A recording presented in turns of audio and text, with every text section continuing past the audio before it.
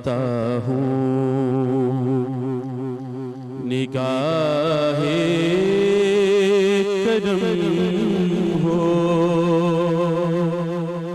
میں سب سے برا ہوں، نگاہ کرم ہو، سراپا خطا ہوں، کہاں در بدر ٹھوکریں کھاؤں جا کر،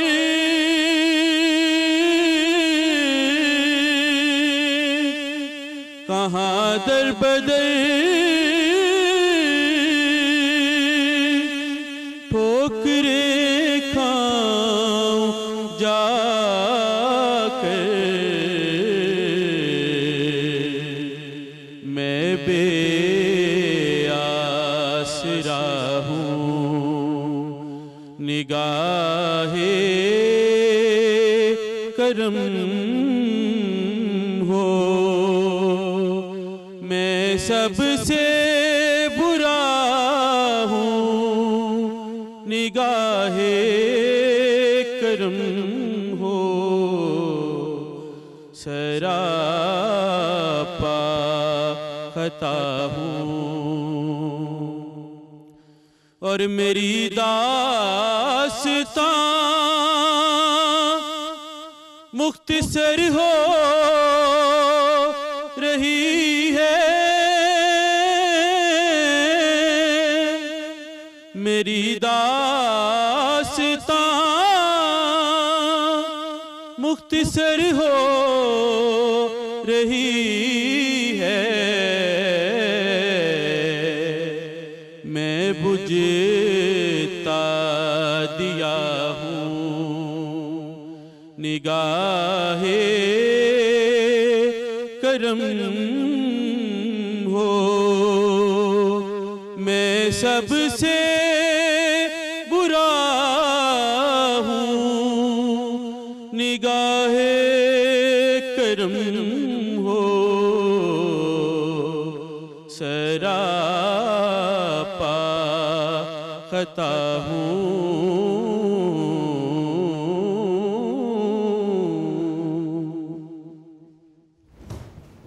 سبحان اللہ، سبحان اللہ، جزاک اللہ اسد اللہ صابری صاحب۔ السلام علیکم، خوش آمدید خیر رمضان میں ہوں ہنا عادل اور میں ہوں علی انیک سید۔ امید آپ خیر و عافیت سے ہوں گے۔ آج 25واں روزہ ہیں اور امید ہے کہ صبر کا دامن آپ نے ہاتھ سے نہیں چھوڑا ہوگا۔ عجلت مت دکھائیے، اطمینان سے اپنے خضوع و خشوع سے روزے رکھے باقی جو باقی رہ گئے ہیں، تاکہ آپ انصاف کر سکیں اس مہینے کے ساتھ۔ چاہے اس میں 29 روزے ہیں، چاہے 30 روزے ہیں، تو جتنے بھی روزے ہیں باقی اپنے احسن طریقے سے گزاریں اور ان کے ساتھ انصاف کریں۔ تو انصاف کا تذکرہ اگر ہو گیا ہے تو انصاف آپ کو اب جانتے ہیں۔ آج کا ہمارا ٹاپک بھی بڑا امپورٹنٹ ہے جی، وہ اسپیشلی جو ہے کہ اولاد میں جو ہے ماں باپ کی کتنی بڑی ذمہ داری ہے کہ ان میں انصاف کیا جائے۔ انتہائی اہم ترین موضوع ہے جس پر ہم نے گفتگو کرنی ہے کہ بچوں کے مابین انصاف۔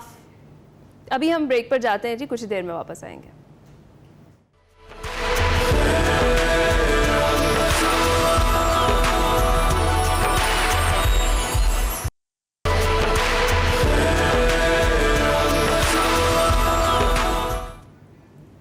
خیر رمضان میں ایک بار پھر خوش آمدید۔ اسد اللہ صابری صاحب گلہائے عقیدت پیش کر رہے تھے، وقفے سے پہلے اپنے پینل سے تعارف کرواتے چلیں۔ ہمارے پینل میں اس وقت ہمارے پروفیسر صاحبان موجود ہیں، پروفیسر ناصر محمود اور ان کے ساتھ فہد علی کاظمی صاحب موجود ہیں۔ بہت شکریہ ہمیں جوائن کرنے کے لیے۔ اور آج کا امپورٹنٹ ٹاپک ہے، انتہائی اہم اس لیے ہے کہ انصاف کی بات ہم کرتے ہیں، اپنے لیے تو انصاف مانگتے ہیں، ہم نے والدین کے لیے بھی انصاف کے تقاضے کیے ہیں اور اپنے اسپاؤسز جو ہوتے ہیں ان کے لیے بھی تقاضا کرتے ہیں، لیکن کچھ ایسی جگہیں ہیں، کچھ ایسے رشتے ہیں جہاں پر ہم با اقتدار ہوتے ہیں اور ہمارے پاس ہوتی ہے تمام تر صلاحیت کہ ہم ان کو اپنی طرح مولڈ کر سکیں۔ ہم بچوں کی بات کر رہے ہیں، اولاد کی بات کر رہے ہیں، ان کے مابین انصاف کرنا والدین کی بہت بڑی ذمہ داری ہے، اور والدین کی محبت اور انصاف کا اصول ہے کہ بچہ خود کو خاص اور قیمتی محسوس کرے۔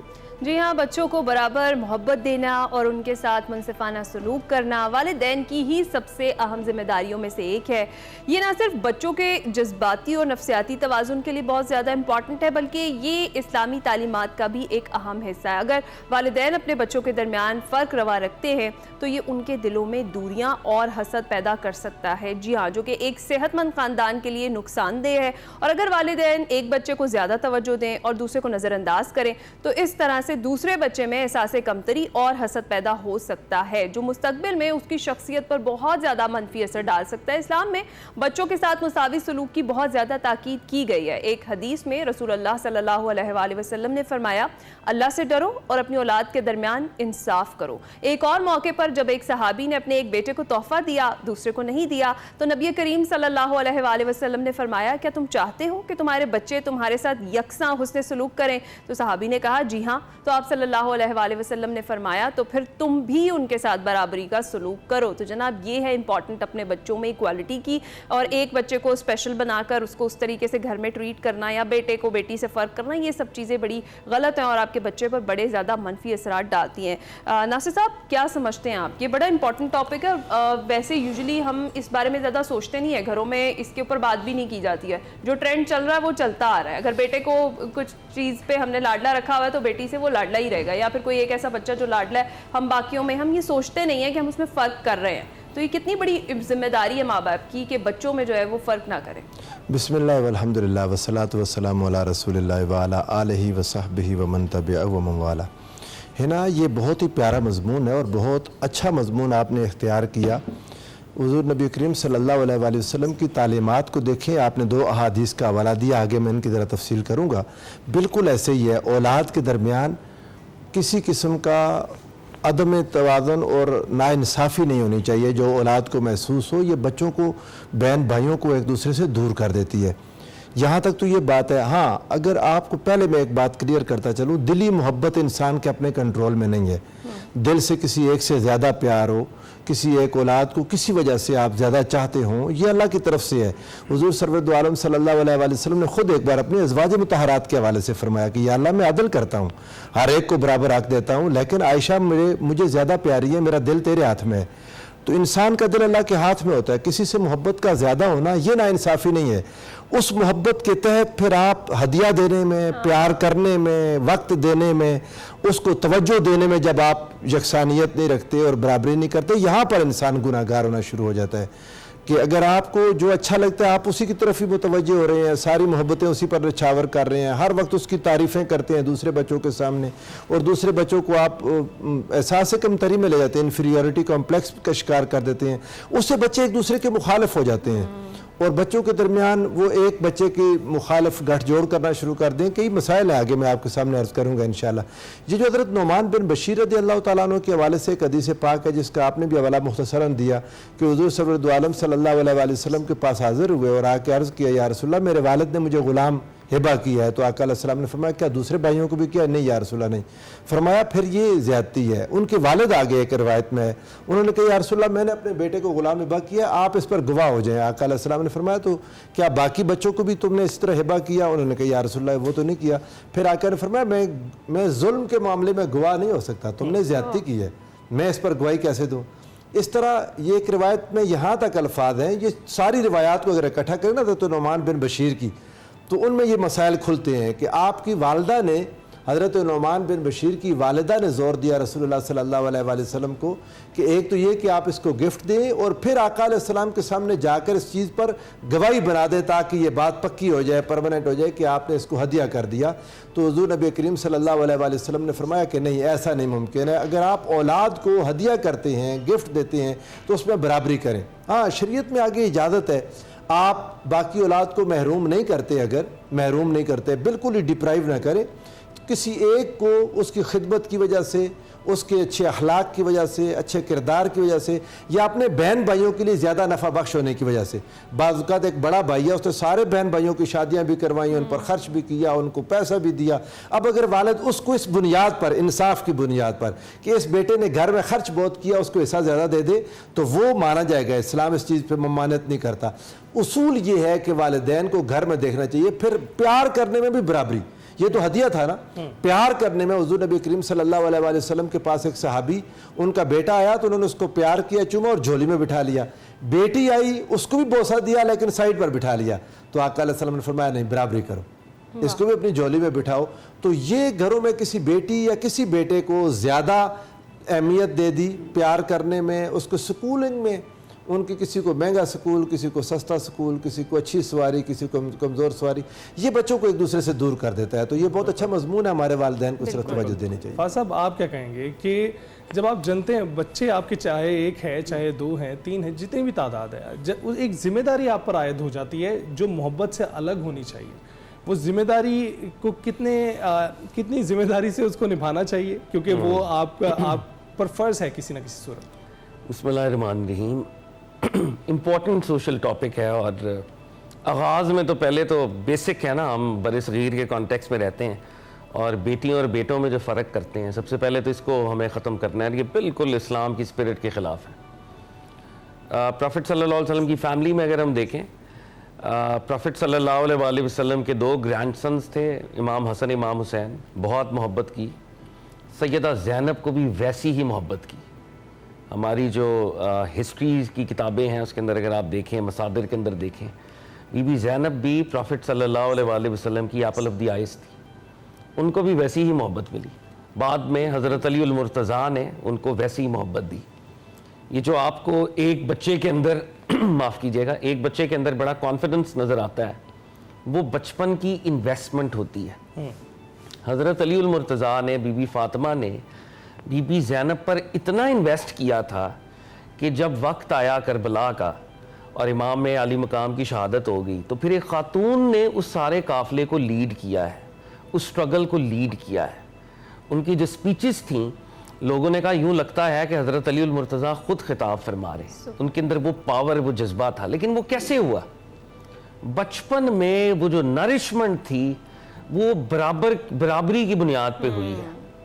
اگر برابری کی بنیاد پہ نہ ہوتی, بیٹی کو ایک کانٹیکسٹ کے تحت دبا لیا جاتا, اور وہ تو پرانا کانٹیکسٹ ہے نا, وہاں پہ تو خواتین کو, بچیوں کو, بیٹیوں کو دبایا ہی جاتا تھا. اگر دبایا جاتا, بی بی زینب کا بھی وہ لیڈرشپ فراہم نہ کر سکتی جو انہوں نے الٹیمیٹلی فراہم کی. تو یہ بہت بڑی اگزامپل ہے, اور اس کے وہ ثمرات جو ہیں ہمارے سامنے آتے ہیں. اچھا, اس موضوع پہ نا 2 لیولز پہ ہمیں دیکھنا ہے. لیول نمبر 1 بچے جب بچپن میں ہیں, لیول نمبر 2 بچے جب بڑے ہو گئے. یہ بات بالکل درست ہے کہ بچپن میں اگر آپ نے مساوی یا منصفانہ, میرا خیال ہے منصفانہ کا لفظ بہتر ہے, ایکویٹیبل, ایکول تو ہو نہیں سکتا کیونکہ بہرحال کوئی نہ کوئی شیڈز ہوتے ہیں. اگر آپ نے منصفانہ سلوک کیا ہے بچوں کے درمیان, تو بچے یقینی طور پہ ان کی آپس کی بانڈنگ بھی بہتر ہے, پیرنٹس کے ساتھ بانڈنگ بھی بہتر ہے, یہ سارے معاملات ہوں گے. سپوز انفارچونیٹلی بچپن میں پیرنٹس منصفانہ سلوک نہیں کر سکے, دین بچوں کو کل جب پیرنٹس بڑھاپے میں جائیں گے ان کو یہ لائسنس نہیں دے گا کہ وہ اب ریاکٹ کریں. آپ ریاکٹ نہیں کر سکتے. پیرنٹس کا بہرحال مقام ایسا ہے, چاہے ان سے خطا ہوئی, غلطی ہوئی, اب آپ نے ابھی بھی ان کے آگے اف تک نہیں کرنی. یہ بات ہمیں بارہا سمجھانی پڑے گی. ہمارے بچے جب بڑے ہوتے ہیں نا, تو دے ریوولٹ اگینسٹ دیئر پیرنٹس. وہ پرانی باتیں یاد کرتے ہیں, میرے باپ نے, جو کہ ہیومنلی ہوتا ہے. لیکن یہ والدین کے حقوق کی بات آ گئی, جہاں پر بچوں کی بات آتی ہے وہ مسٹریٹڈ بھی ہوں, آپ اف تک نہ کہیں اپنے والدین کو, لیکن یہ ایک چین ریئیکشن کی طور پر آگلی نسلوں میں. آپ کی بات درست ہے, اور جب دیکھیں نا دین کا جو فریم ورک ہے وہ عقل سے زیادہ تزکیے پر مبنی ہے. کل ہی ہم نے جو ٹاپک رکھا تھا وہ کیا تھا؟ ایثار. دین کھڑا اس بات کے اوپر ہے کہ even if you are wronged تو تم ایک سٹیپ پیچھے آ جاؤ, کیونکہ اس سے جو گریٹر گڈ پیدا ہوگا نا. میرا اپنے والد کو یا والدہ کو کرٹیسائز کرنے سے میرا خاندان کا ادارہ بھی کمزور ہوتا ہے, اور خاندانوں سے مل کر معاشرہ بنتا ہے, معاشرے کا ادارہ بھی کمزور ہوتا ہے. اگر میں وقتی طور پر وہ ذاتی پرسیوڈ ظلم برداشت کر گیا ہوں اور اب میں بڑا ہو گیا ہوں, تو ہمیں یقین رہنا چاہیے کہ اللہ تعالیٰ ہمیں کہیں اور سے نوازے گا بھی, اور معاشرے اور خاندان کی بہتری ابھی بھی اسی میں ہے کہ میں اپنے پیرنٹس کے خلاف ریوولٹ نہ کروں, چاہے میرے اندر وہ ہے. اور آپ کو اس بات کا بھی اطمینان رہنا چاہیے کہ بہرحال اگر آپ کے ساتھ زیادتی ہوئی ہے تو آخرت میں رب العزت کمپنسیٹ کریں گے. یہ کہنا اس لیے ضروری ہے کہ ہمارے پیرنٹس پرفیکٹ نہیں ہوتے. بچپن میں پیرنٹنگ کے آرٹ میں غلطیاں ہوتی ہیں ان سے. اگر ہم وہ لائف لانگ گرج ان کے خلاف رکھیں گے تو بہرحال at the end of the day وہ بھی ہمارے پیرنٹس ہیں, لیکن اس چیز کا ہمیں ہی نقصان ہوگا, اس کا بھی ہمیں ہی نقصان ہوگا. اب جیسے سرکار دو عالم صلی اللہ علیہ وآلہ وسلم کی ہم اگزامپل جیسے پروفیسر صاحب نے بھی دی, آپ نے بھی دی. سرکار دو عالم نے بہرحال ایمفسائز کیا ہے کہ منصفانہ رہنا ہے. ایک کو گفٹ دے رہے ہو دوسرے کو بھی دو.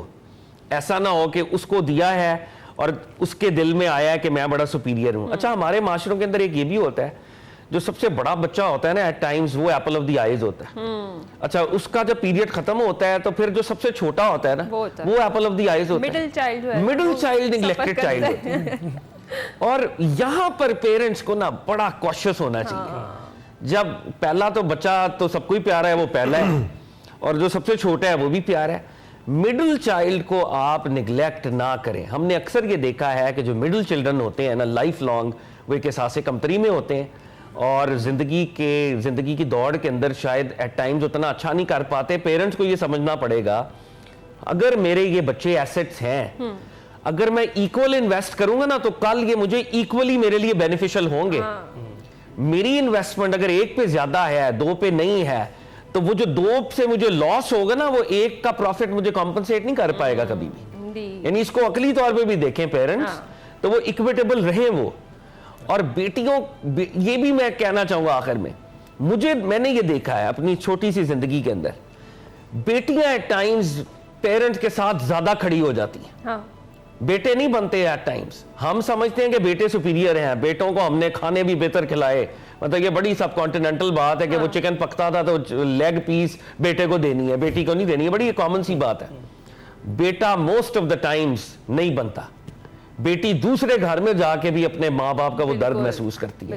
بیٹیوں کو نیگلیکٹ نہ کیا کریں. بالکل بالکل. ناصر صاحب جی, میں شاہ جی کی ساری باتوں کو انڈورس کرتے ہوئے آگے بڑھتا ہوں. یہ اسلام کا ایک بڑا حسن ہے کہ اولاد کو بہرحال پابند کیا گیا. ایک صحابی نے پوچھا یا رسول اللہ کیا اگر میرا باپ ظلم کرے تب بھی؟ فرمایا لو کانا ظالمن, اگر وہ ظالم بھی ہے تب بھی آپ نے اس کے ادب احترام میں کمی کمزوری کرنے کی اجازت نہیں ہے. اب آپ اس بات کو اگر ہم یوں دیکھ لیں کہ والدین نے پیار اور محبت کرنے میں محبت کرنے میں تو وہ ظاہر ہے مجبور تھے. اولاد کو بھی سمجھنا چاہیے اگر کسی ایک بہن بھائی میں کوئی ایک ایکسٹرا خوبی ہے اور والدین اس خوبی کو کرتے ہیں, اپریشیٹ کرتے ہیں, تو دوسرے بہن بھائیوں کو بھی اپنے اس بہن بھائی کی وہ خوبی اپریشیٹ کرنی چاہیے. میں آپ کو مثال دیتا ہوں سیدنا یوسف علیہ السلام اور ان کے بھائیوں کی. حضرت یعقوب علیہ السلام کی اولاد تھی. آپ کو حضرت یوسف علیہ السلام ظاہر ہے وہ آئندہ آنے والے نبی تھے, ان کے والد گرامی کو اس بات کا علم تھا, ان کے اندر انہوں نے وہ چیزیں دیکھ لی تھیں, یقیناً محسوس ہو گئیں, پیار زیادہ کرتے ہوں گے. یہ تو ہم سوچ بھی نہیں سکتے کہ سیدنا یعقوب علیہ السلام باقی کی اولاد کو ناانصافی کرتے ہوں گے. یہ بات تو آؤٹ آف کوسچن ہے, صرف محبت کا زیادہ ہونا. تو یہ دوسرے بہن بھائیوں کو سمجھنا چاہیے کہ ہمارے اس بہن بھائی میں اضافی خوبیاں موجود ہیں جو ہم سے آگے ہے. یہ کیا بات ہوئی کہ اب آپ وہ اگر اپنی اضافی خوبیوں کی وجہ سے بھی کیا اضافی اٹینشن نہ لیں؟ یہ کیسے ہو سکتا ہے؟ یہ تو انسانی دنیا ممکن ہی نہیں. میں آپ کو اپنے گھر کی بات بتاؤں, میں درمیان میں ہوں, میں مڈل ہوں, بٹ مجھے فیل ہوتا ہے میرے والدین مجھ سے زیادہ پیار کرتے ہیں. اچھا, چھوٹا بھائی ہے میرا, اس سے میں یہ بات ہمیشہ مانتا ہوں, میں کہتا ہوں اس کی خوبیاں کچھ مجھ سے بھی زیادہ ہیں. وہ والدین کے زیادہ قریب ہے, خدمت زیادہ کرتا ہے اور اسے محبت زیادہ ملنی چاہیے. میں اس کو اپریشیٹ کرتا ہوں ہر جگہ, اس کے لیے ہر وقت دعا کرتا ہوں اپنی نمازوں میں. بڑے بھائی جانا ہے کوئی فاصلے پر ہوتے ہیں, ان سے ممکن نہیں ہو پاتا, ان کے لیے دعا کرتا ہوں. تو یہ انسانوں کو سمجھنا چاہیے. ہمارے والدین اتنے پڑھے لکھے نہیں تھے, والد صاحب کی تعلیم تو تھی لیکن والدہ نے تو سکول ہی نہیں دیکھا. اس کے باوجود انہوں نے یہ چیز اللہ اور اس کے رسول کے احکامات کے تحت محسوس کر لی اور اولاد کے درمیان پیار پیدا کرنے کے لیے بھی ایک ایفرٹ کی کہ ہم بھائیوں میں بہن میں آپس میں محبت رہے. یہ محنت کرنا بھی والدین کا کام ہے. والدین کو ایک دوسرے کو بتانا تمہارے اس بھائی میں یہ خوبی اللہ نے ڈالی ہے, تم بھی اس کو تسلیم کرو, تمہارے اس بھائی میں ایسے. یہ ماں باپ کو چاہیے کہ اولاد میں پیار کریں. یوسف علیہ السلام کے بھائیوں نے کیا کیا؟ غلط بات کو مطلب آپ جو کہہ لیں کہ وہ جسٹیفائیڈ نہیں تھا ان کا اعتراض. انہوں نے کہا لقد, وہ جو اللہ تعالیٰ نے قرآن پاک میں بیان کیا اعوذ باللہ من الشیطان الرجیم, کہ بے شک ہمارا بھائی احب الی ابینا منا, ہم میں سے زیادہ محبوب ہے. گویا ان سب کو پتا تھا کہ ہمارا والد محبت ہم سے بھی کرتے ہیں, اس سے زیادہ محبت کرتے ہیں. یہ اعتراض کر دیا. یہ کیا بات ہوئی؟ یہ کبھی اولاد کو نہیں کرنا چاہیے کہ والدین دوسرے سے زیادہ محبت کرتے ہیں. یہ بات بھی ویٹیج دینی چاہیے کہ وہ چھوٹا ہے تو چھوٹا قدرتی طور پر پیارا ہوتا ہے, یہ بڑے بھائیوں کو سمجھنا چاہیے. یہ پہلا ہے تو پہلے سے زیادہ محبت ہونی چاہیے, یہ بات ماننی چاہیے کہ یہ سب سے پہلے آیا تھا گھر میں پیارا ہو گیا.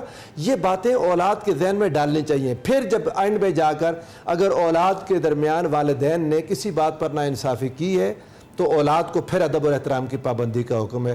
حضور علیہ الصلوۃ والسلام کے پاس ایک شخص آیا, اس نے کہا یا رسول اللہ دیکھیں میرے ہاتھوں میں یہ چھالے ہیں, میں نے بڑی محنت سے پیسے کمائے ہیں لیکن میرا والد لے لیتا ہے, میرا والد مجھ سے پیسے. لمبی حدیث ہے, تفصیل میں نہیں جاتا. آقا علیہ الصلوۃ والسلام نے اینڈ پر اس سے کہا کہ انتا و مالک لابیک, تم اور تمہارا مال ہو ہی تمہارے باپ کے. سبحان اللہ. تمہاری مطلب تمہارے والد کو تم سے پوچھنے کی نہیں ضرورت, میرے والد صاحب کو مجھ سے پوچھنے کی ضرورت نہیں ہے, وہ میرے مال میں تصرف کر سکتے ہیں. اولاد کو یہ بات سمجھنی چاہیے. ہم جب بڑے ہو کر ایک ناانصافی کو دیکھتے ہیں, ہمیں وہ وقت کیوں نہیں یاد کہ اگر وہ اسی طرح ناانصافی کرتے تو ہم تو بڑے نہ ہوتے. انہوں نے ہمارا خیال کیا, انہوں نے ہمیں کپڑا پہنایا, کھانا کھلایا, اپنی خوشیاں قربان کی, ہماری بیماری میں ہمارا علاج کروایا, ہمارے دکھ تکلیف میں ہمارے ساتھ کھڑے ہوئے. تو وہ اتنی ساری نیکیاں کسی ایک زیادتی کی بنیاد پر ان کو انسان مس نہیں کر سکتا. دونوں کے سبق برابر ہے. والدین کو چاہیے کہ جو چیزیں دینے میں برابری رکھیں, کپڑے ایک جیسے لے کر دیں, کھانا ایک جیسا کھلائیں, اور محبت کرنی ہے تو محبت کا اظہار برابر کریں. لیکن اگر کسی بچے میں اضافی خوبی ہے اور اس کو کوئی توجہ مل رہی ہے تو دوسرے بہن بھائیوں کو اس کا احساس ہونا چاہیے. اور اکثر آپ کو عید پہ ایک جیسے کپڑے پہنے ہوئے بچے نظر آتے ہیں. جی ایسے ہی. اور ہمارے وقار احمد ملک ہمارے ساتھی اینکر ہیں, وہ اکثر اس پر بات کرتے ہیں کہ بچوں کی تربیت کس طرح سے کرنی چاہیے اور سائیکولوجیکلی وہ کس طرح سے چیلنج ہوتے ہیں اگر ماں باپ میں سے کوئی اپنا کردار ادا نہ کر رہا ہو. کس طرح سے ایک بکھرا ہوا انسان اپنی فیملی چلاتا ہے, اپنے کام میں یہ چیزیں حائل ہوتی ہیں اس کی سائیکولوجیکلی. تو اس پر بھی اکثر بات ہوتی رہی ہے, تو ہم اس پر بھی بات کریں گے کہ بچوں میں جو خود اعتمادی ہے اس کو کیسے یقینی بنایا جا سکتا ہے, لیکن اس بریک کے بعد.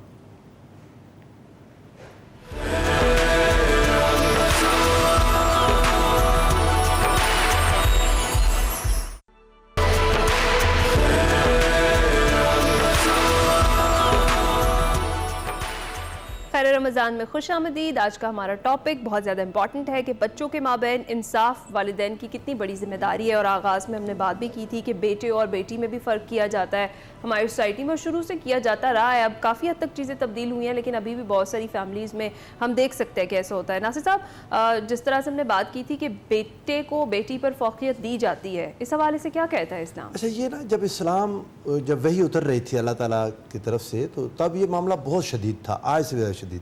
اس کو اللہ تعالیٰ نے بڑا اسپیشلی ایڈریس کیا اپنے پاک کلام میں, اور کفار کے حالات بتائے, جو کفار مکہ بالخصوص, انہوں نے ملائکہ کو اللہ کی بیٹیاں کہہ دیا نا, تو اس بات پر بھی اللہ تعالیٰ نے جواب دیا کہ تمہارا اپنا حال یہ ہے کہ تمہیں خود تو بیٹی پسند نہیں تو اللہ کے لیے بیٹیاں بناتے ہو. پھر ان کی ایک اور بات بیان کی, فرمایا وَإِذَا بُشِّرَ أَحَدُهُمْ بِالْأُنثَىٰ ظَلَّ وَجْهُهُ مُسْوَدًّا وَهُوَ كَظِيمٌ. جب ان میں سے کسی کو بشارت دی جاتی ہے بیٹی کی تو اس کا چہرہ سیاہ ہو جاتا ہے, غصے میں آ جاتا ہے, پریشان ہو جاتا ہے. يَتَوَارَىٰ مِنَ الْقَوْمِ, اور وہ اپنی قوم سے چھپتا پھرتا ہے. مَا بُشِّرَ بِهِ, اس بشارت کی وجہ سے جو اس کو بیٹی کی دی تو چھپتا پھرتا تھا. اتنے برے حالات تھے.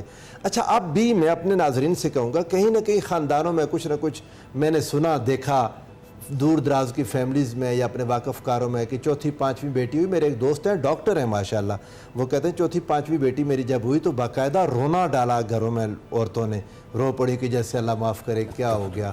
اور وہ کہتے ہیں میں نے غصہ کیا کہ یہ کیا وجہ ہے, آپ مجھے اللہ نے اولاد دی ہے, میں مٹھائی تقسیم کر رہا ہوں اور آپ ہے کہ جناب, تو بیٹی کے پیدا ہونے پر رونا, ایسا کچھ علاقوں میں رواج ہے. یہ انتہا درجے کی حماقت ہے, انتہا درجے کی حماقت ہے. اولاد میں اگر والدین کو بڑھاپے میں سہارے کا کوئی سوچ ہے تو وہ پریکٹیکلی ثابت ہے کہ بیٹی اپنے ماں باپ کے ساتھ زیادہ چلتی ہے بیٹے کے مقابلے میں. بیٹا دور ہو جاتا ہے, بیٹا وہ خدمت کرتا ہی نہیں. بیٹا تو کسی اور کی بیٹی کو لے کے دور چلا جاتا ہے. تو آپ کی بیٹیاں آپ کے کام آتی ہیں, زیادہ خیال کرتی ہیں, زیادہ کیئر کرتی ہیں. میں اپنے خاندان میں, اپنے واقف کاروں میں, اپنے جان پہچانے, میرا سوشل سرکل بہت بڑا ہے, میں جہاں جہاں دیکھتا ہوں, میں ابھی بھی اس وقت بیٹھ کے سوچتا ہوں تو بیٹیاں ہر جگہ جو اپنے ماں باپ کا خیال کرتی ہیں. والدین بوڑھے ہو گئے, بیمار ہو گئے, ان کی کیئر کرنا, ان کا خیال کرنا, ان کا احساس کرنا زیادہ بیٹیاں کرتی ہیں. تو پھر ماں باپ کے درمیان یہ بات کہاں سے آ گئی؟ تو یہ شیطانی وسوسہ ہے جو ان کے دل میں آ جاتا ہے کہ شاید بیٹے سے ہمارا نام روشن ہوگا. بیٹیاں بھی نام روشن کرتی ہیں. بیٹے سے ہمارے لیے, بیٹے سے اولاد ہوگی تو وہ ہماری دعا کرے گی, کیا بیٹی کی اولاد آپ کی دعا نہیں کرے گی؟ یہ دونوں آپ کے ایکول اولاد ہیں. بیٹا ہے یا بیٹی ہے آپ کی اولاد ہے. اللہ تعالیٰ نے جو فرق کیا وراثت میں وہ تو بنیادی وجہ یہ ہے کہ خاتون کے ذمہ ارننگ نہیں ہے, اس کے ذمہ کسی کو کھلانا نہیں ہے, اس کے ذمہ کسی کی ذمہ داری نہیں ہے. دیٹس وائی وراثت اس کی بھائی کے مقابلے میں آدھی ہے. بھائی کے اوپر ذمہ داریاں زیادہ ہے تو اس کو وراثت زیادہ دی. لیکن اس اصول کو باقی کی زندگی میں لگا دینا کہ جی آپ جو کچھ بھی دے رہے ہیں بیٹے کو ڈبل اور بیٹی کو سنگل, یہ اس کی اجازت نہیں ہے. ہبہ کرنے میں بیٹا اور بیٹی برابر ہیں. اور جب آپ تقسیم کرتے ہیں جائیداد کی تقسیم, اچھا میں اس معاملے میں تھوڑا سا بات اگر کروں, مجھے جائیداد کی تقسیم والد کو اپنی زندگی میں کرنے سے اختلاف ہے. میں کہتا ہوں والد کبھی بھی نہ کرے, کبھی بھی تقسیم نہ کرے. میں نے جتنے لوگ دیکھے مور دین 80% خراب ہی ہوئے ہیں بیٹوں میں اپنی زندگی میں جائیداد تقسیم کر کے, خود خالی ہاتھ ہو جاتے ہیں, بیچارے پریشان ہو جاتے ہیں بعد میں. آپ اپنی جائیداد اپنے پاس رکھیں, آپ کی وفات ہو گئی تو اللہ نے قرآن پاک میں میتھمیٹیکلی تقسیم کر کے ساری اولاد میں وہ حساب, نماز کی رکعتیں یا نماز پڑھنے کا طریقہ اللہ نے نبی علیہ السلام کے ذمہ لگایا, وہ ہمیں حدیث سے ملتا ہے. وراثت کی تقسیم قرآن کی آیات میں آ گئی. وراثت کی تقسیم قرآن کی آیات میں, یوصیکم اللہ فی اولادکم للذکر مثل حظ الانثیین, 2 رکوع رب ذوالجلال نے سورہ النساء میں, پھر آگے سورہ المائدہ سے پہلے یہ آپ یعنی اس طرح واضح کر دیا, کلالہ تک کی جائیداد کو اللہ تعالیٰ نے تقسیم کروا دیا. تو اپنی زندگی میں تقسیم کرنے والا شغل نہ کریں, اور اگر کریں پھر اس میں برابری رکھیں. لیکن اگر کسی وجہ سے, میں پھر یہ بات کہہ رہا ہوں, اولاد کے درمیان کسی ایک وجہ سے والدین اگر اس کو زیادہ دینا چاہیں, انصاف کی مد نظر رکھتے تو دینے کی اجازت ہے. بالکل. تو فہد صاحب 2 بڑے امپورٹنٹ ایشوز ہیں اور دونوں ہی بہت کم بات چیت اس پہ ہوتی ہے اور لڑائیاں جھگڑے زیادہ ہوتے ہیں ان دونوں باتوں پہ. تو دونوں پر روشنی آپ اپنے پوائنٹ آف ویو سے ڈالیے گا کہ لڑکا لڑکی میں جو تفریق ہے اور پھر وراثت میں جو تفریق ہے اس کو کس طرح سے ایڈریس کریں. دیکھیں یہ جو جینڈر ڈفرنس ہے نا, یہ پیٹریارکل سوسائٹی کا ایک پروڈکٹ ہے, اس کا مذہب سے کوئی تعلق نہیں ہے. ہم اکثر جب بی بی سیدہ کائنات کے اوپر پروگرام ہوتا ہے بی بی فاطمہ سلام اللہ علیہا پہ, تو بی بی کی شان بتانے کے لیے کچھ احادیث بتاتے ہیں. وہ صرف بی بی کی شان تو ہے ہی ہے آف کورس, لیکن وہ سرکار دو عالم کا بھی طرز عمل ہے کہ ایک بیٹی کی تکریم کیسے باپ کو کرنی چاہیے. یعنی بی بی سیدہ تشریف لائی ہیں, سرکار دو عالم اپنی نشست سے کھڑے ہو گئے, ان کے دستے مبارک کو آپ نے بوسہ لیا, آپ ان کو اپنی نشست پہ بٹھایا آپ نے. اب یہ کام صرف بی بی سیدہ کا تو آف کورس یہ پروٹوکول ہے, ان کی تو شان پاک ہے یہ کہ سرکار دو عالم نے یہ کیا صلی اللہ علیہ وآلہ وسلم. But the hidden message also is, if you are a father, you have to meet this kind of treatment to your daughter. آپ نے اپنی بیٹی کے ساتھ یہ کام کرنا ہے, اس طرح سے آپ نے بیٹی کو لے کے چلنا ہے. کتنے باپ ہیں جو ایسے لے کے چلتے ہوں گے, بہت سے چلتے بھی ہوں گے, ایسا بھی نہیں ہے کہ نہیں چلتے ہوں گے. بٹ ہمارے ہاں وہ جو جس کو پروفیسر صاحب شیطانی وسوسہ کہہ رہے ہیں نا, وہ شیطانی وسوسے نے اتنا گھر کر لیا ہوا ہے کہ ہم بیٹی کو اس کی ٹرو ڈیو پرومیننس دینے سے آری ہیں. ایک بات آپ کی بات کی اجازت لے کے, میں اسکول ہے میرے پاس, تو میں اب جو دیکھ رہا ہوں اور خوشی ہے مجھے کافی, والدین بیٹیوں سے زیادہ پیار کر رہے ہیں. اب یہ ایک نئی چینج ہے ماشاءاللہ, بڑی اچھی بات سوسائٹی میں ہے. ایجوکیٹڈ میرا خیال ہے جو پیرنٹس ہیں وہ یہ کر رہے ہیں, لیکن معاشرے کے اندر جب وہ ریسیو کرنے آتے ہیں بچوں کو تو بیٹی سے میں دیکھتا ہوں زیادہ حق کرنا, پیار. ماشاءاللہ. لیکن وہ جو ایک ناسور ہے بہرحال کہیں نہ کہیں, آپ ہمارے مطلب میں کسی علاقے کا نام لیے بغیر, آپ کو پتہ ہی ہے اس ملک کے اندر قرآن سے شادی کر دیں کیونکہ ہم نے بیٹیوں کو وراثت نہیں آگے دینی, وہ وراثت باہر نہ نکل جائے ہمارے, مطلب اس لیول کی چھوٹی سوچ بھی ایگزسٹ کرتی ہے جو میسز کے اندر ہے, میسز کے اندر ہے. پھر دیکھیں نا یہ کتنی فضول بات ہے یہ کہ آپ بیٹیوں کو بٹھا لیتے ہیں کیونکہ بیٹی ایک خاص کاسٹ سے ہے اور آپ اس کاسٹ میں ہی شادی کرنا چاہتے ہیں. اس کا دین کے اندر کوئی اس کی کوئی ایسا سند نہیں ہے, بڑی سختی سے پابندی کی جاتی کچھ فیملی. پائٹی ہے, تقویٰ دیکھیں یا اس فرد کا آپ دیکھیں رزق حلال وہ کماتا ہے یا نہیں کماتا, اس کا کردار کیا ہے. اگر آپ کاسٹ کی وجہ سے بیٹیوں کو بٹھا کے رکھتے ہیں اور یہ بات آپ بیٹوں کے اوپر اپلائی نہیں کرتے, بیٹے آؤٹ آف کاسٹ جدھر مرضی کر لیں, تو یہ تو غیر اسلامی ہے, یہ ایبسلیوٹلی فرسودہ بات ہے. اچھا یہ اس کے اوپر ویسٹ ہمیں بہت ٹارگٹ کرتا ہے نا ایٹ ٹائمز کہ خواتین کو کیوں ہاف ملتا ہے مرد کے مقابلے میں. بہت خوبصورتی سے پروفیسر صاحب واضح کر رہے ہیں, دیکھیں مرد کے اوپر بریڈ وننگ رسپانسبلٹی ہے, خاتون کے اوپر بریڈ وننگ رسپانسبلٹی نہیں ہے. وہ اپنا شیئر لے کے نہ اپنے خاوند کو دے نہ اپنے بچوں کو دے, اپنے پاس رکھ لے, کوئی اس سے پوچھنے والا نہیں ہے.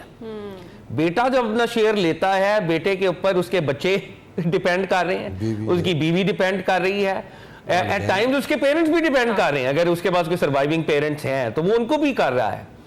تو اسلام کے اندر منصفانہ, اس لیے میں یہ لفظ زیادہ استعمال کرنا چاہتا ہوں, equitable, the treatment is equitable. اگر مرد کو یہاں پہ دیا ہے تو اس کے اوپر ذمہ داری, بہت بڑا برڈن اللہ اور اس کے رسول نے ڈالا ہوا ہے جو خاتون کے اوپر نہیں ڈالا ہوا. ہم اکثر یہ بھی بات کرتے ہیں کہ جی مرد کی گواہی ایک ہے اور عورتیں دو ہیں تو شاید اس لیے عورتیں کمتر ہیں. ایسا بالکل بھی نہیں ہے, بالکل بھی ایسا نہیں ہے. اللہ رب العزت نے قرآن کے اندر یا ایون ہمارے حدیث کے لٹریچر کے اندر اس کو واضح کیا ہے کہ خواتین کی جو سافٹنس ہے نا, ڈیلیکسی, مطلب آپ ایک کورٹ آف لاء میں پہنچیں اور کورٹ آف لاء میں پورا ایک وکلاء اور جتھے کھڑے ہوں تو آپ مجھے یہ بتائیں وہ جو ایک ڈیلیکیٹ وجود ہے عام طور پہ کمپیریٹیولی ساتھ ایک چاہیے تو اس کو کوئی سپورٹ نہیں چاہیے. آپ ویسے بھی جب جنرل ورک پلیس کی بات ہوتی ہے خواتین ہراسڈ فیل نہیں کرتی جب زیادہ میل اوپر آ جائیں ان کے. اصل میں وہ سائیکولوجیکل وجہ کو اللہ ایڈریس کر رہے ہیں کہ دو خواتین مل کے گواہی دیں. انت دل احداہما فتذکر احداہما الاخری, کہ اتنے ماحول میں ٹینس ہے, اکیلی خاتون ڈر گئی, کوئی بات بھول گئی تو دوسرے سے یاد کرا دیں, ہیلپ کر دیں گے ایک دوسرے کی. تو مرد جو ہے وہ یہ نہیں ہے کہ وہ اس کی گواہی ایک ہے جی تو وہ سپیریئر بینگ ہے, بالکل بھی ایسا نہیں ہے. ہمیں اپنے معاشرے کو یہ بتانا پڑے گا کہ مرد اور خواتین اس معاشرے کے اندر مختلف رولز پلے کرتے ہیں. سرٹن رولز میں خواتین کا جو مقام ہے, مرد تو اس کی خوشبو نہیں پا سکتا. ماں کے قدموں تلے جنت ہے, سب نبی پاک نے 3 دفعہ کہا تیری ماں تیری ماں تیری ماں, باپ کو چوتھے نمبر پہ رکھا, اس رول میں ماں کو 3 درجے اوپر کر دیا. ٹھیک ہے نا جی. تو بہت سے رولز ایسے ہیں جن میں ہماری بیٹیاں, ازواج, خواتین, مائیں وہ بہت سپیریئر ہیں مردوں سے. اور مرد کے اوپر کیونکہ بریڈ وننگ وہ ڈالی ہوئی ہے تو اس وجہ سے ایٹ ٹائمز, لیکن ایکویٹیبل اگر آپ نے نہیں آپ ہوئے تو آپ اللہ اور اس کے رسول کے مجرم ہوں گے صلی اللہ علیہ وآلہ وسلم.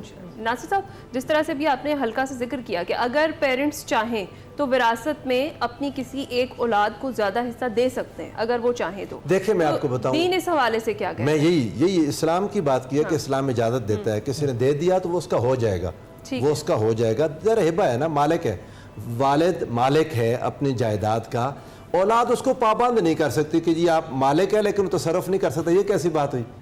وہ اپنی اولاد ہے, تصرف وہ کسی مسجد کو دے دے. لیکن جو وراثت کا پھر رول ہے وہ سن لینا, وراثت تو مرنے کے بعد ہوتی ہے, زندگی میں اپنی زندگی میں اگر کام کرتا ہے زندگی میں تو وراثت نہیں ہوتی. زندگی میں ایک باپ نے خود کمایا بنایا تو وہ کرے تو اولاد اعتراض کا حق نہیں رکھتی کہ باپ نے خود بنایا ہے.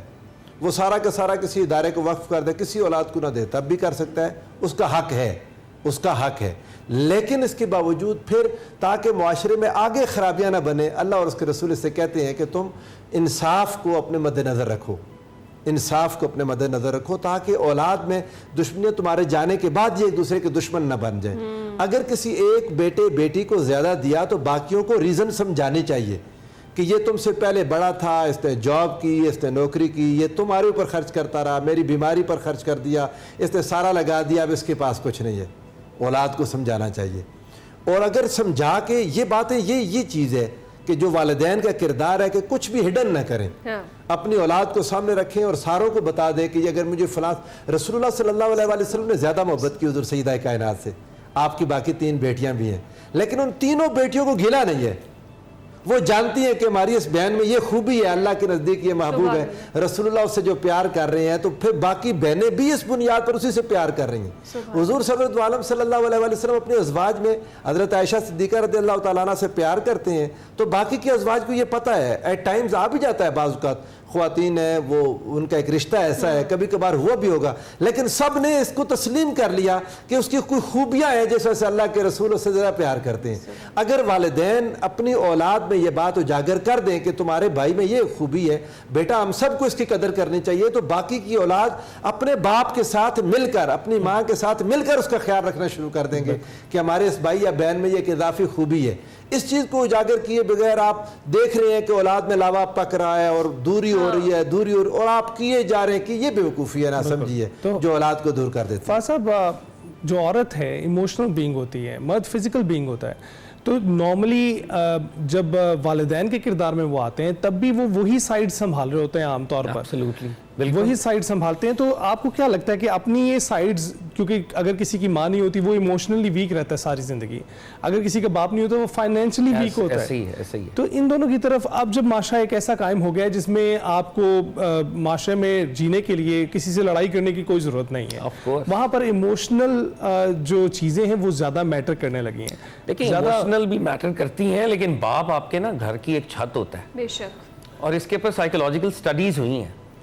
اگر رات کو بچہ روتا ہے نا تو 90% چانس ہے کہ بیگم یا ماں اٹھے گی, باپ سویا رہے گا, کیونکہ جو ماں کے اندر ایموشنل وہ آپ جس کی طرف اشارہ کر رہے ہیں وہ اس کو اٹھائے گی, وہ بچے کا سارا کام کرے گی, اس کو دودھ چاہیے دودھ پلائے گی, اس نے اگر جو بھی اس کو کلین کرے گی, واٹ ایور, ہو سکتا ہے باپ نہ کرے.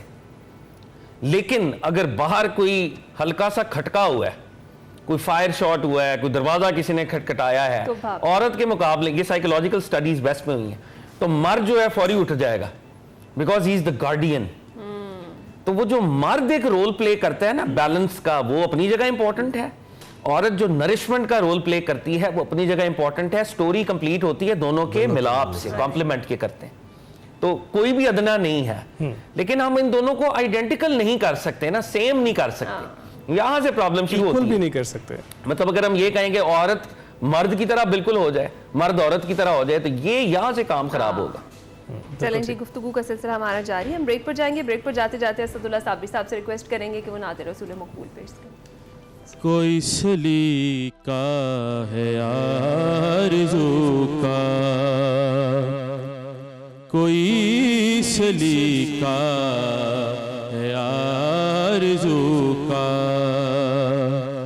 نہ بندگی میری بندگی ہے, یہ سب تمہارا کرم ہے آقا, کہ بات اب تک بنی ہوئی ہے, کوئی سلیقہ ہے آرزو کا. کسی کا احسان کیوں اٹھائیں, کسی کو حالات کیوں بتائیں, کسی کا احسان کیوں اٹھائیں, کسی کو حالات کیوں بتائیں. تم ہی سے مانگیں گے تم ہی دو گے, تمہارے ہی در سے لو لگی ہے, یہ سب تمہارا کرم ہے آقا, اور عطا کیا مجھ کو درد الفت, کہاں تھی یہ پر عطا کی قسمت, عطا کیا مجھ کو درد الفت, کہاں تھی یہ پر عطا کی قسمت, میں اس کرم کے کہاں تھا قابل, حضور کی بندہ پروری ہے, یہ سب تمہارا کرم ہے آقا, کہ بات اب تک بنی ہوئی ہے.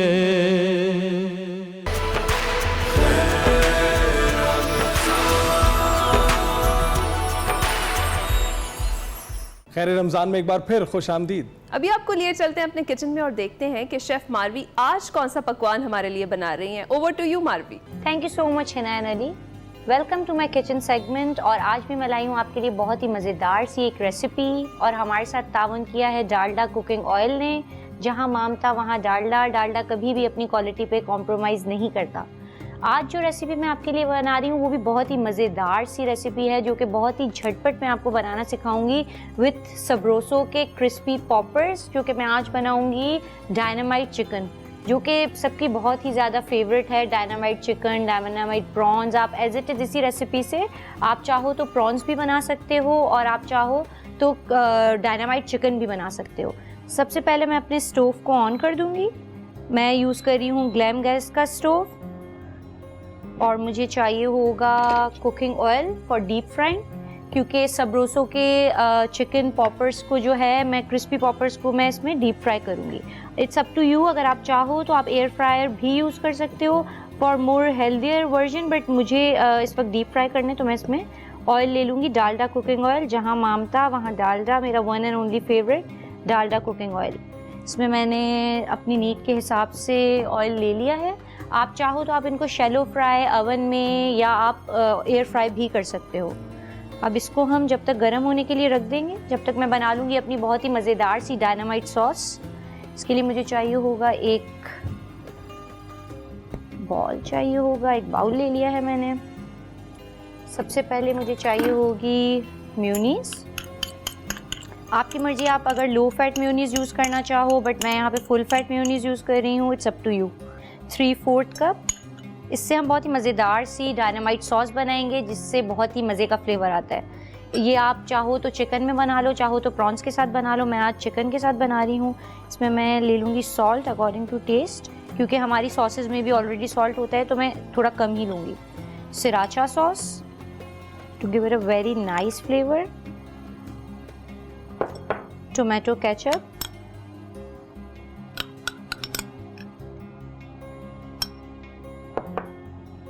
پیپریکا پاؤڈر, یہ بھی آپ کو بہت ہی اچھا سا فلیور اور بہت ہی اچھا سا کلر دے گا آپ کی سوس کو.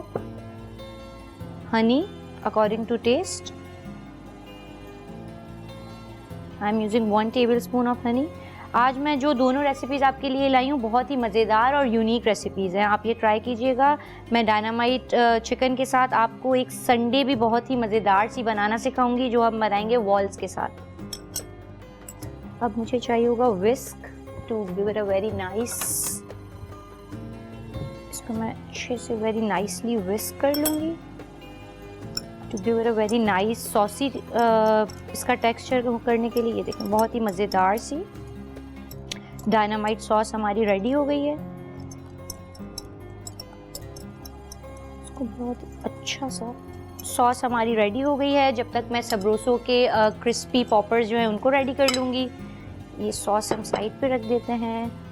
اب میں سبروسو کے کرسپی پاپرز نکال لوں گی. سبروسو نے ہماری لائف بہت ایزی کر دی ہے. ریڈی ٹو کوک آئٹمز ان کے لیں اور آپ یوز کریں اور آپ جھٹپٹ سے اپنی فیوریٹ کوئی بھی چیز بنا لیں. اب میں لے لوں گی سبروسو کے crispy poppers according to my need. جتنی سوس میں نے بنائی ہے اس حساب سے. آئل میرا اچھا سا گرم ہو گیا ہے اور 5 سے 6 منٹ میں ہماری یہ چکن ریڈی ہو جائے گی.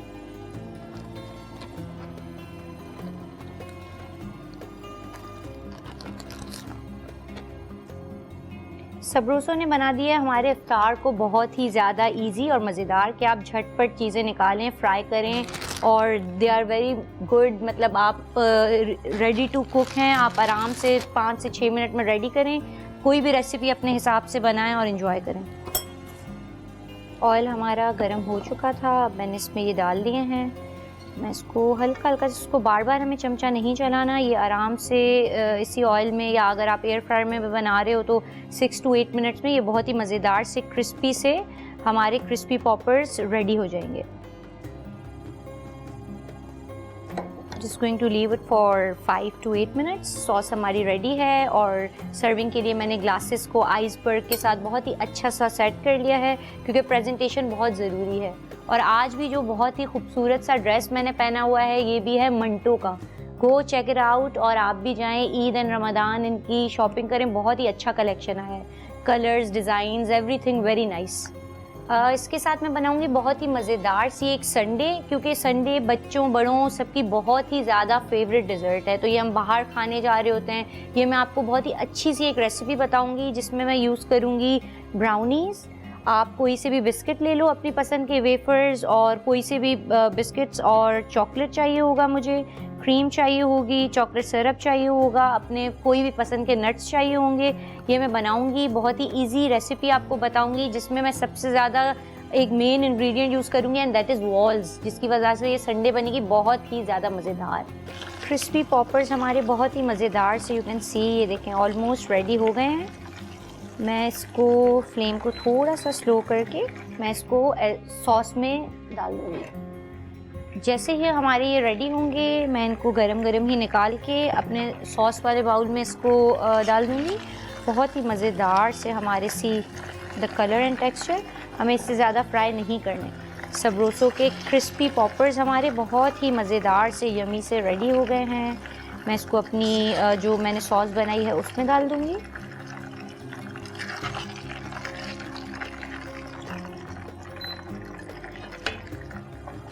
اس میں ڈال کے I'll just give it a very nice mix, بالکل ہلکے ہاتھ سے, تاکہ جو سوس میں نے ریڈی کی ہے وہ پورے ہمارے کرسپی چکن پہ لگ جائے.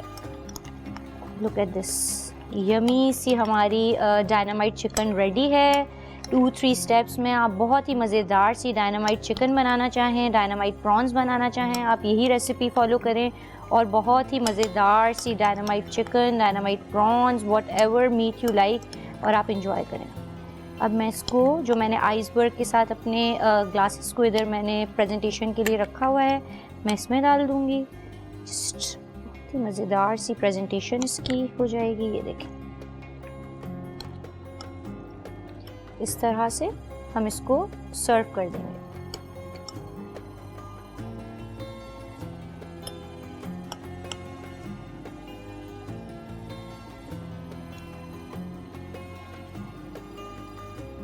Looks yum.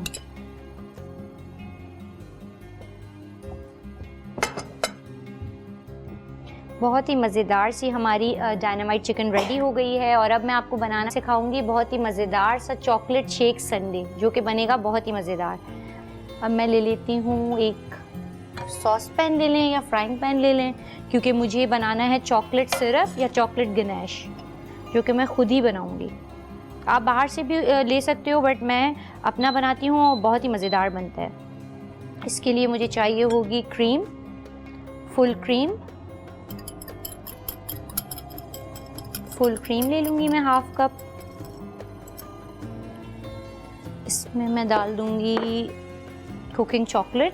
اس کو تھوڑا سا ہم گرم ہونے دیں گے, اس کے بعد ڈالیں گے, بٹ میک شیور کہ یہ بہت زیادہ کریم گرم بھی نہ ہو اور بہت زیادہ ٹھنڈی بھی نہ ہو, کیونکہ اگر گرم ہوگی تو ہمارا چاکلیٹ گناش جو ہے بالکل پراپر نہیں بنے گا. اس میں میں نے فل کریم ایڈ کر دی ہے. اب جیسے یہ تھوڑا سا گرم ہوگا, اس میں ایڈ کر دوں گی کوکنگ چاکلیٹ. آپ کی مرضی, آپ ڈارک چاکلیٹ لو یا آپ سیمی ڈارک چاکلیٹ لو, اٹس اپ ٹو یو. اس میں میں جو یوز کر رہی ہوں دیٹ از ملک چاکلیٹ, کیونکہ مجھے ڈارک چاکلیٹ اتنا زیادہ نہیں پسند. اگر آپ تھوڑا ہیلدیئر ورژن کی طرف جاؤ تو you can use dark chocolate, مطلب ڈارک چاکلیٹ سے بھی بہت مزے کا گناش ریڈی ہو جاتا ہے. اس کو اچھا سا میں وسک کی ہیلپ سے, تاکہ لمس نہ بنے, آہستہ آہستہ گریجولی. آپ کو اس سوس کو چھوڑنا نہیں ہے, کیونکہ ورنہ اگر آپ اس کو ایسے ہی چھوڑ دو گے تو یہ خراب ہو جائے گی سوس. اس کا ہم اسٹوو تھوڑا سا سلو کر دیتے ہیں, تاکہ یہ جس طرح سے سوس کی فارم میں آئے گی. You can see, look at the texture. یہ دیکھیں بہت ہی مزیدار سی جھٹپٹ ہماری یہ سوس ریڈی ہو جائے گی. بس آپ کو یہ خیال رکھنا ہے کہ کریم جلے نہ, جلنی نہیں چاہیے کریم بالکل بھی. اس کو ہم مکس کر دیں گے. اسٹوو کو میں آف کر دوں گی, کیونکہ آلریڈی کریم جو ہے ہماری گرم ہی ہے. بہت ہی مزیدار سا چاکلیٹ گنیش ریڈی ہو گیا ہے, اور اسی چاکلیٹ گنیش سے میں بناؤں گی چاکلیٹ شیک, اور اسی کے ساتھ ہم بنائیں گے سنڈے. تو یہ ہمارا چاکلیٹ گنیش از ریڈی. اس کو میں کسی بھی باؤل میں نکال لیتی ہوں, تاکہ یہ اگر گرم ہیٹ پہ رہے گا تو یہ تھوڑا سا اس کا ٹیکسچر خراب ہوتا جائے. یہ دیکھیں بہت ہی مزیدار سا ہمارا چاکلیٹ گنیش ریڈی ہے.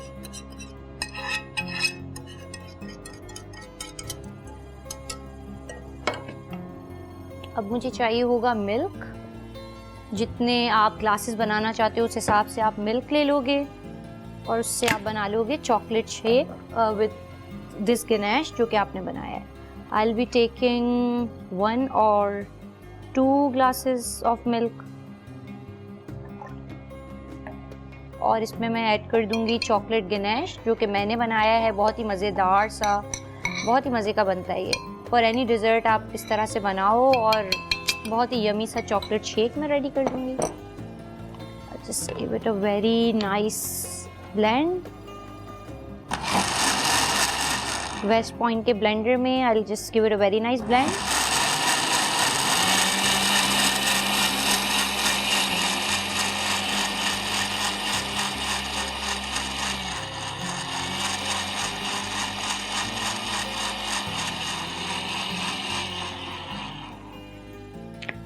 چاکلیٹ شیک میرا یمی سا ریڈی ہے. اب میں گلاسز لے آؤں گی جس میں میں سنڈے آپ کو فل بنانا بتاؤں گی. اس میں مجھے 2 گلاسز چاہیے ہوں گے. یہ چیزیں میں ہٹا لیتی ہوں.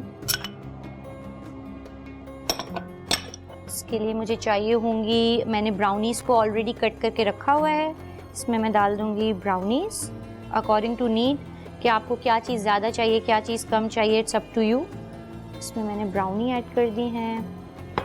اب میں اس میں ڈال دوں گی, یہ لے آتی ہوں میں یہاں پہ, جو گنیش ہم نے ریڈی کیا تھا وہ لیئر بائی لیئر ہم اس کو بہت ہی مزیدار سی سنڈے ریڈی کریں گے with walls.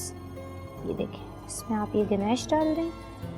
Then I just give it a layer of any biscuit you like. Then again chocolate Ganesh.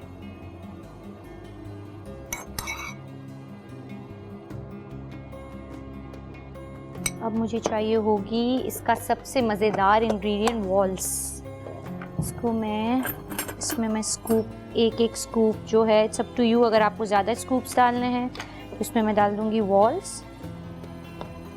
میں اس میں چاکلیٹ فلیور والس یوز کر رہی ہوں. اٹس اپ ٹو یو, آپ چاکلیٹ یوز کرنا چاہو, ونیلا یوز کرنا چاہو. والس ہمیں دے رہا ہے بہت ہی ڈفرینٹ فلیورز. آپ اس کو اس سنڈے کو کسی بھی فلیور کے ساتھ انجوائے کر سکتے ہو. جسٹ بہت ہی بالس. اب میں اس میں ڈال دوں gی جو شیک میں نے ریڈی کیا ہے with my own ganache I made. Look at this.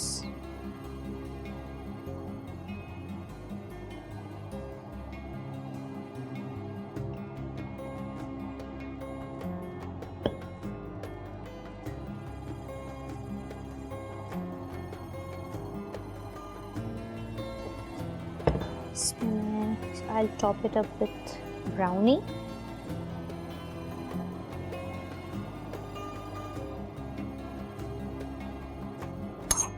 Again Ganesh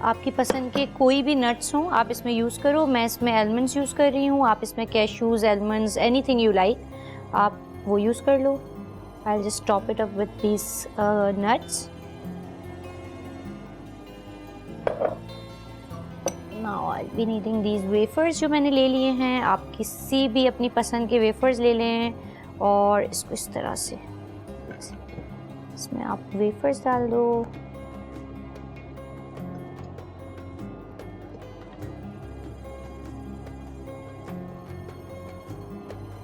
آپ اس کو ڈرزل کر دو گے with chocolate syrup. Just give it a very nice drizzle like this. اس کے اوپر بھی آپ ڈرزل کر دو گے.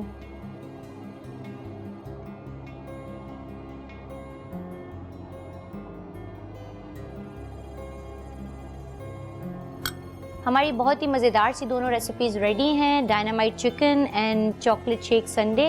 آپ ٹرائی کریں, لیٹ می نو آپ کو کیسی لگی. ٹل دین ٹیک کیئر, اللہ حافظ.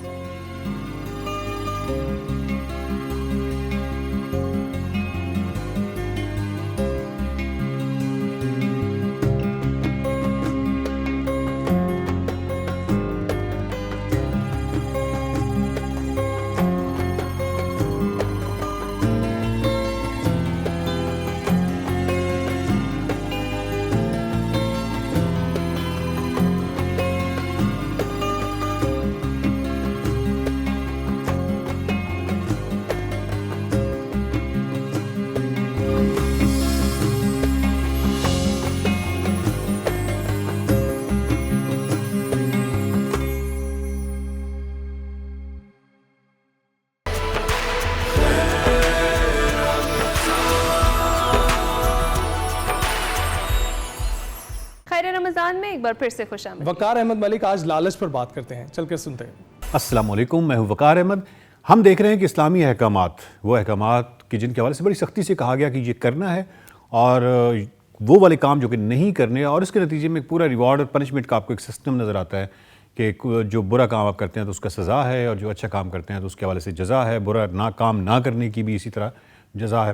تو یہ تمام جو چیزیں ہیں جس پہ بہت سختی سے تاکید کی گئی, ان احکامات کو ہم نفسیاتی تناظر میں دیکھتے ہیں, یہ علم نفسیات کی روشنی میں دیکھتے ہیں. آج کا جو ہمارا موضوع ہے وہ لالچ ہے. لالچ ہے, ہرس ہے, طمع ہے. اور یہ جو لالچ ہے, یہ گریڈ ہے, یہ کیا ہے؟ یہ ایک ایکسیسو ڈیزائر ہے, ایک ایسی خواہش ہے جو کہ بڑی ہوئی خواہش ہے, جو کہ آپ کی ضرورتوں کے مد نظر رکھ کے نہیں ہے, بلکہ ضرورتوں سے زیادہ کی خواہش اور بڑی ہوئی خواہش, اس کو لالچ کہتے ہیں. لیکن اس میں ایک چیز جو کنفیوژن ہے کہ ایمبیشیسنس ایک ایسا جذبہ جو کہ ایک مثبت جذبہ ہوتا ہے جس میں آپ کچھ کرنے کی ٹھانتے ہیں, اور پوری دنیا کی تمام ترقی جو ہے اس کی جو بیس لائن ہے اس کے پیچھے یہی جذبہ کار فرما ہوتا ہے کہ ہاں میں نے یہ کرنا ہے یا فلاں چیز مجھے حاصل ہونی ہے. تو اس میں اور لالچ میں فرق یہ ہے کہ لالچ بڑے ڈسٹرکٹیو قسم کی چیز ہے, یعنی ایک ایسی تباہ کن چیز ہے جو کہ یہ نہیں دیکھتی کہ یہ جو چیز جس کا میں حصول کر رہا ہوں, یہ چیز جو میں جس کو حاصل کرنا چاہ رہا ہوں, کیا اس سے کسی کو گزند پہنچنے کا امکان تو نہیں ہے, کسی کی ویل بینگ متاثر ہونے کا امکان تو نہیں ہے, اس کو اس چیز سے کوئی غرض نہیں ہوتی. یہ ایک تباہ کن قسم کا ایموشن ہوتا ہے, ایک ایسا جذبہ ہوتا ہے جو کہ اپنی حوالے سے نارسزم ہوتا ہے, یعنی نرگسیت ہوتی ہے. آپ نے صرف اپنی ذات کو دیکھنا ہے اور اس چیز کا حصول کرنا ہے, جبکہ جو ایمبیشیسنس ہے وہ بالکل ایک اور چیز ہے, وہ ایک پازیٹیو اور مثبت جذبہ ہے.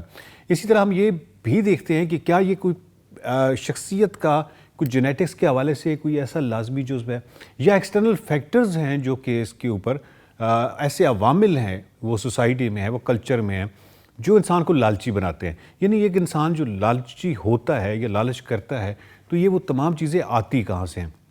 اس کے حوالے سے ہم پرسنالٹی کی جو سائیکالوجی ہے اس میں بھی دیکھ سکتے ہیں. پرسنالٹی کی سائیکالوجی میں اگر ہم دیکھیں گے شخصیت کی, تو اس میں نارسزم جو ہے یا جس کو نرگسیت پسندی کہتے ہیں یا ناپرستی کے حوالے سے کہہ سکتے ہیں, اس کے حوالے سے بھی کہا جا سکتا ہے. اور اس کے علاوہ لو ایگریبلنس جو ہے, جس میں وہ انسان جو بہت کم متفق ہوتے ہیں, بہت کم اتفاق کر پاتے ہیں, یہ والی جو ٹریٹس ہیں یہ کہیں نہ کہیں لالچ سے ملتے ہیں. سوشل سائیکالوجی کو دیکھیں تو کمپیریزن اور یہ جو کمپٹیشن کا معاملہ ہے جس میں انسان دوسروں سے کمپیریزن کرتا ہے, اور یہ مسئلہ یہ ہے کہ اس کو بہت نیچے سے لے کے آتے ہیں. یعنی جو ایسی سوسائٹیز جو کہ ٹرانزیشنل فیز میں ہوتی ہیں, جس طرح ہماری سوسائٹی ہے, اور اس میں جو مڈل کلاس کا ایک بہت بڑی مڈل کلاس ہوتی ہے, وہ پوری کی پوری مڈل کلاس جو ہے اس کے جو بچے ہیں وہ بچے اس کا شکار ہوتے ہیں. یعنی بچوں کو ہر وقت کمپیریزن کا سامنا ہوتا ہے کہ فلاں بچے نے یہ کیا, فلاں بچے نے یہ کیا. ایک تو کمپیریزن کیا جا رہا ہوتا ہے, دوسرا کمپٹیشن کیا جا رہا ہوتا ہے, اس کے حوالے سے انکریجمنٹ کی جا رہی ہوتی ہے. اور یہ چیزیں جن کی اس وقت حوصلہ افزائی کی جاتی ہے,